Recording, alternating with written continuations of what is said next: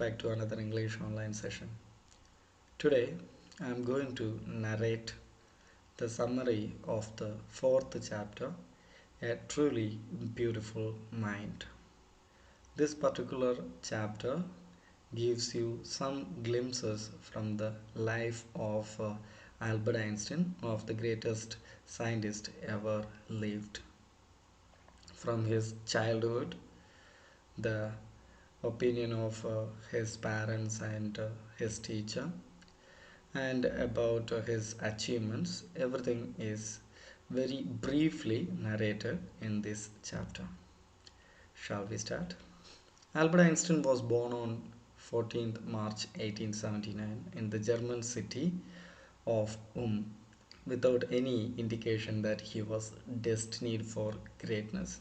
So when he was born, nobody had any idea he would become such a great scientist. Destiny means fate or a predetermined set of events. On the contrary, his mother thought Albert was a freak. The meaning has been given on the screen. A word used disapprovingly to talk about a person who is unusual and doesn't behave, look, or think like others, like crazy. His mother thought he was a freak. To her, his head seemed much too large. The thing she noticed, his head was larger than other children. When he finally did learn to speak, he uttered everything twice. So he took some time to start speaking. When he started speaking, he just repeated the words. Okay, he just uttered words repeatedly. Einstein did not know what to do with the other children, and his playmates called him Brother Boring. So his childhood was not at all very enjoyable. He was called by other children of his age as Brother Boring. He was not interested to play like the other children. So the youngster played by himself much of the time. He just spent time not with others, just spent time alone, not with the other children. He especially loved mechanical toys. This is one of the things should be noted. He liked mechanical toys in very early childhood. Looking at his newborn sister Maja, he is said to have said, "Fine, but where are her wheels?" So this is the dialogue he said after looking at his sister. A headmaster once told his father that what Einstein chose as a profession wouldn't matter because he will never make a success at anything. Look at the remark given by the headmaster. Don't worry about the profession he is going to choose.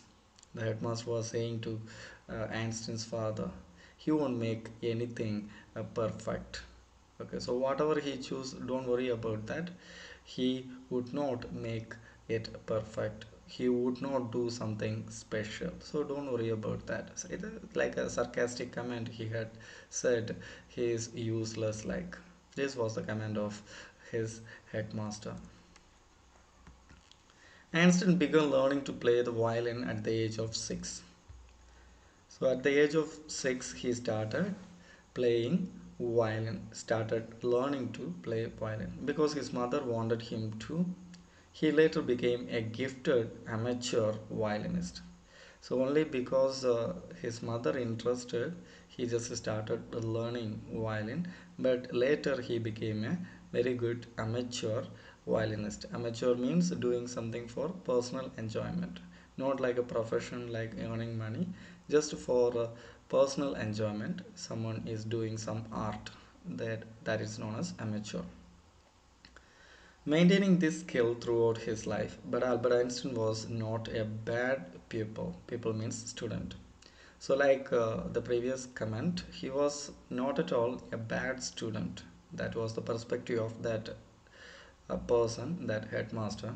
He went to high school in Munich, where Einstein's family had moved when he was 15 months old and scored good marks in almost every subject. So, when he was 15, I mean, not 15-year-old, 15 months. Okay, nearly 1 year and 3 months. His family just moved to the city Munich, and he just started his schooling there, and he scored good marks there. Einstein hated the school's regimentation. Regimentation means order or discipline. The way they just treat the students, he didn't like that, and often clashed with his teachers. Usually or frequently, he just argue with his teachers. At the age of 15, Einstein felt so stifled there that he left the school for good. For good here, forever. So stifled means unable to breathe, suffocated. So he felt very uncomfortable staying in that school. So he just left the school at the age of 15. In the previous year, his parents just moved to Milan and left him with his relatives. So he just stayed with his relatives. After prolonged discussion, Anson got his wish to continue his education in German speaking Switzerland. So, after a long time of convincing from his parents, he just accepted to continue his education in Switzerland, especially German speaking part of Switzerland, in a city which was more liberal than Munich. So the thing he liked there, in that particular city, he can be more free. It a very liberal place it is, so he liked it. Einstein was highly gifted in mathematics and interested in physics. So, like I said in between, he is not a bad student. He is highly gifted in mathematics and physics. And after finishing school, he decided to study at a university in Zurich. So, school education he completed, and he decided to continue his education in Zurich in a university, pursue his degree. But science wasn't the only thing that appealed to the dashing young man with the walrus mustache. So not only science, some other thing also attracted him, appealed to him. Walrus mustache is a type of mustache. He also felt a special interest in a fellow student, Mileva Marek. So he just got a good friend there in that university. Her name is Mileva Marek, whom he found to be a clever creature, a clever person. He found she also a clever person.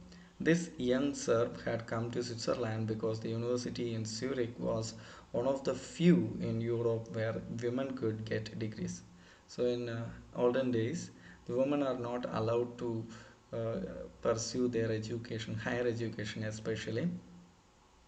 So this particular university is one of the universities providing education to the woman. That's why she came from Serbia to Switzerland in this particular university. Einstein saw in her an ally.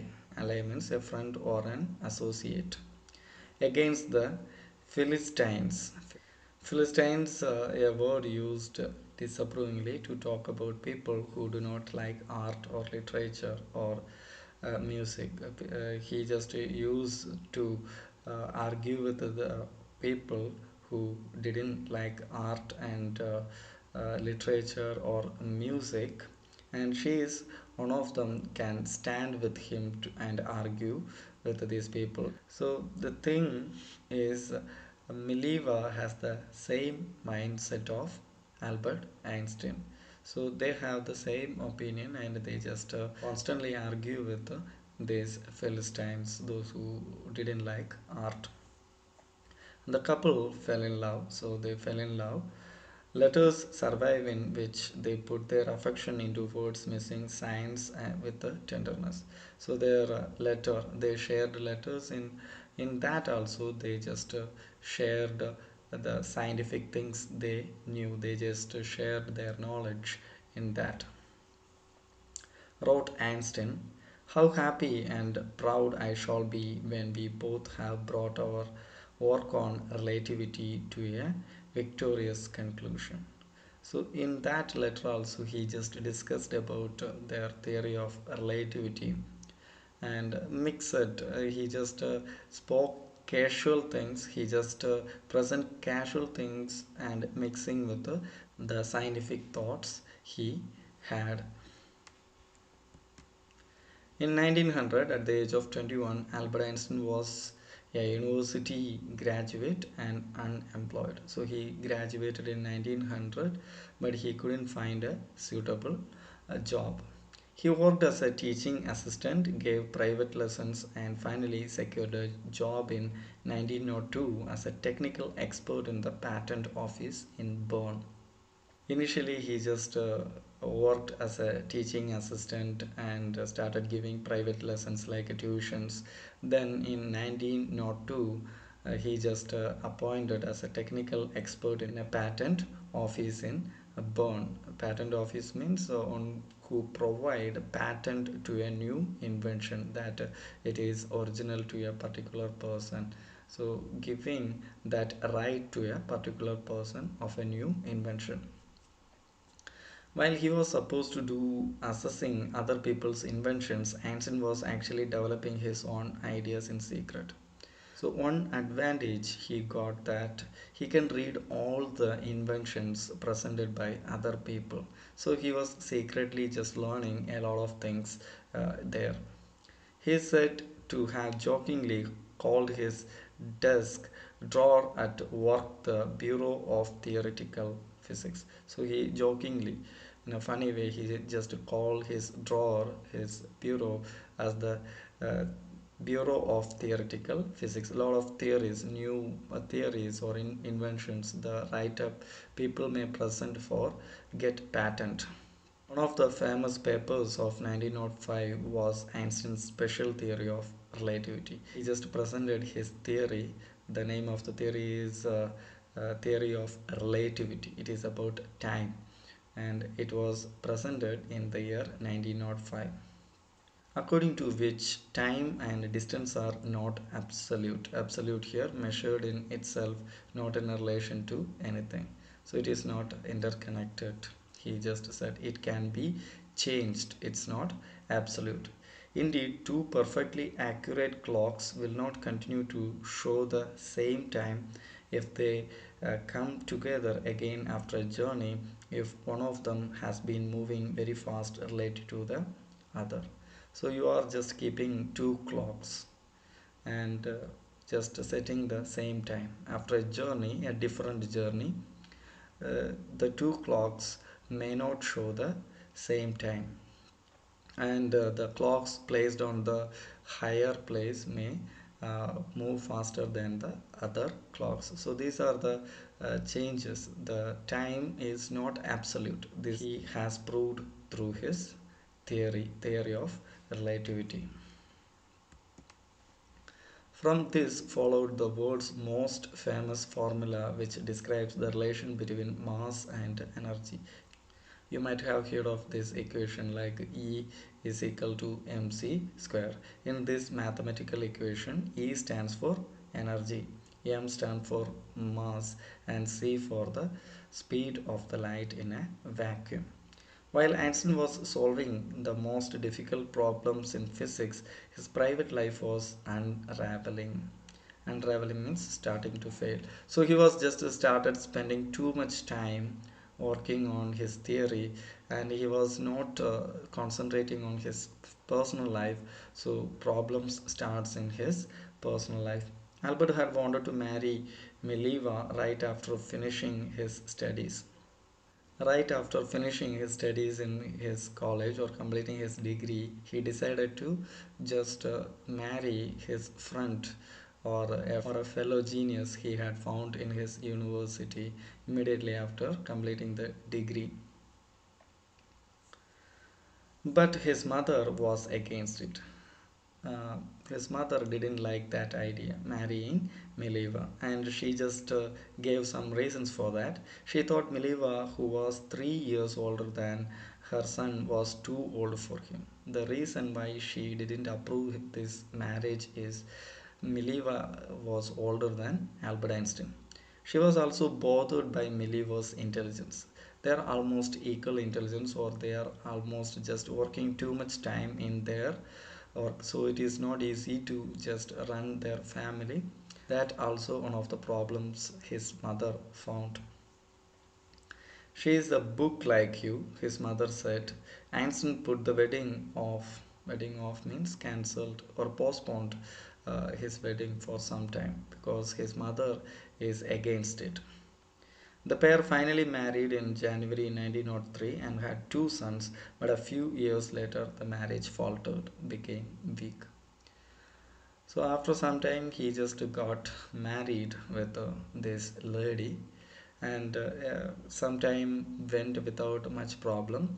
But after some time, a few years later, the marriage faltered, started beginning problems arises in their life. Their marriage failed. Mileva, meanwhile, was losing her intellectual ambition and becoming an unhappy housewife. So, because she got married with him, he always spent time in his works. She couldn't continue her work or her talent, she couldn't enrich that.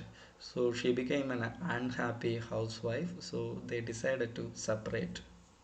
After years of constant fighting, the couple finally divorced in 1990. So, after some time of constant fighting, constant dispute between them, in 1990, they just divorced. Einstein married his cousin Elsa the same year. In the same year, Einstein married his cousin. Her name is Elsa. Einstein's new personal chapter coincided with his rise to world fame. So, like a coincidence, he became very famous because of his theory of relativity. In 1915, he had published his general theory of relativity, which provided a new interpretation of gravity. So he just presented this theory of relativity in 1915. Later, a few years later, so a new interpretation, given a new meaning to the gravity, the rules or the idea about gravity. An eclipse of the sun in 1919 brought proof that it was accurate. So what he predicted in his theory was just proved in 1990 in a sun eclipse. Einstein had correctly calculated in advance the extent to which the light from fixed stars would be deflected through the sun's gravitational field. He just said the light would deflected through the sun's gravitational field. Deflected means change direction because it hitting something. The newspapers proclaimed his work as a scientific revolution, a big change in scientific world. So he became very famous. Uh, this also happened in 1919. Einstein received the Nobel Prize for Physics in 1921. So he became very famous by the time he received the Nobel Prize in 1921. He was showered with honors and invitations from all over the world. So all over the world, from all over the world, people accepted his theory, accepted he was a genius, and many invitations from different countries came to him for his lectures, and many honors conferred to him. When the Nazis came to power in Germany in 1933, Einstein immigrated to the United States. Immigrated means leave one's own country in order to settle permanently in another country. So he couldn't cope with this newly elected government. So he just left the country. He just went to United States.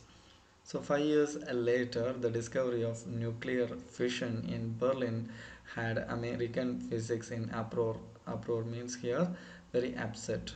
So it's the time of World War. They may use this nuclear weapon. So the Americans become disappointed because the Germans just found this nuclear fission.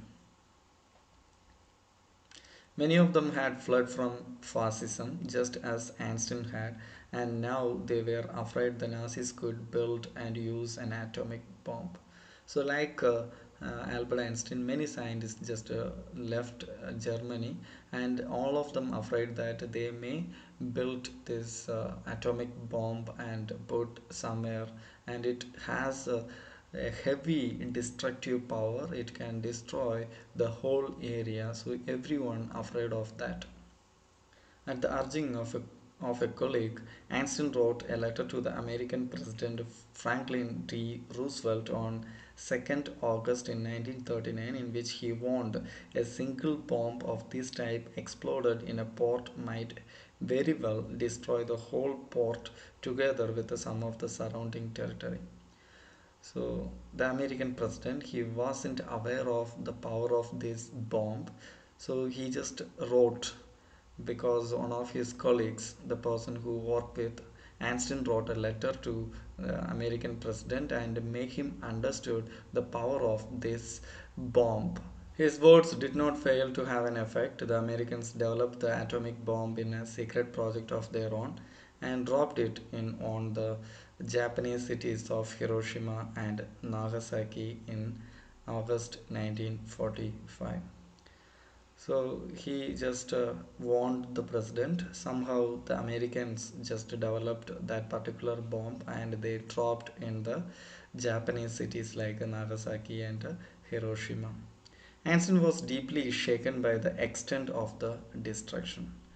So the destruction happened in Nagasaki and Hiroshima affected Einstein a lot. This time he wrote a public missive to the United Nations. In it, he proposed the formation of a world government. Unlike the letter to Roosevelt, this one made no impact. He just wrote another letter, but it didn't make any impact. Actually, he wanted to make a change in the attitude of these countries and a world government. He just proposed to make a world government to solve these kind of problems, to stop war against countries. But over the next decade, Einstein got ever more involved in politics, agitating for an end to arms buildup and using his popularity to campaign for peace and democracy. So next 10 years, next decade, he just worked hard to bring peace in different countries and reduce the amount of producing weapons and all those things. He just conducted a lot of campaign because he is a very famous person. He used his fame and tried to just establish peace between the enemy countries. When Einstein died in 1955 at the age of 76, he was celebrated as a visionary and world citizen as much as a scientific genius. So, towards the end of his life, he is known as a world citizen or a visionary as famous as a scientist. So, they have given equal respect as a visionary as a world citizen. Visionary means a person who can think about the future in an original and intelligent way. So he understood that this kind of use of weapons, the atomic bomb and all those things, it will destroy our future. So he just worked against it. This is a brief outline of his life. If you are interested, you can read more about this particular scientist. See you with another topic in the next class. Till then, take care. Bye.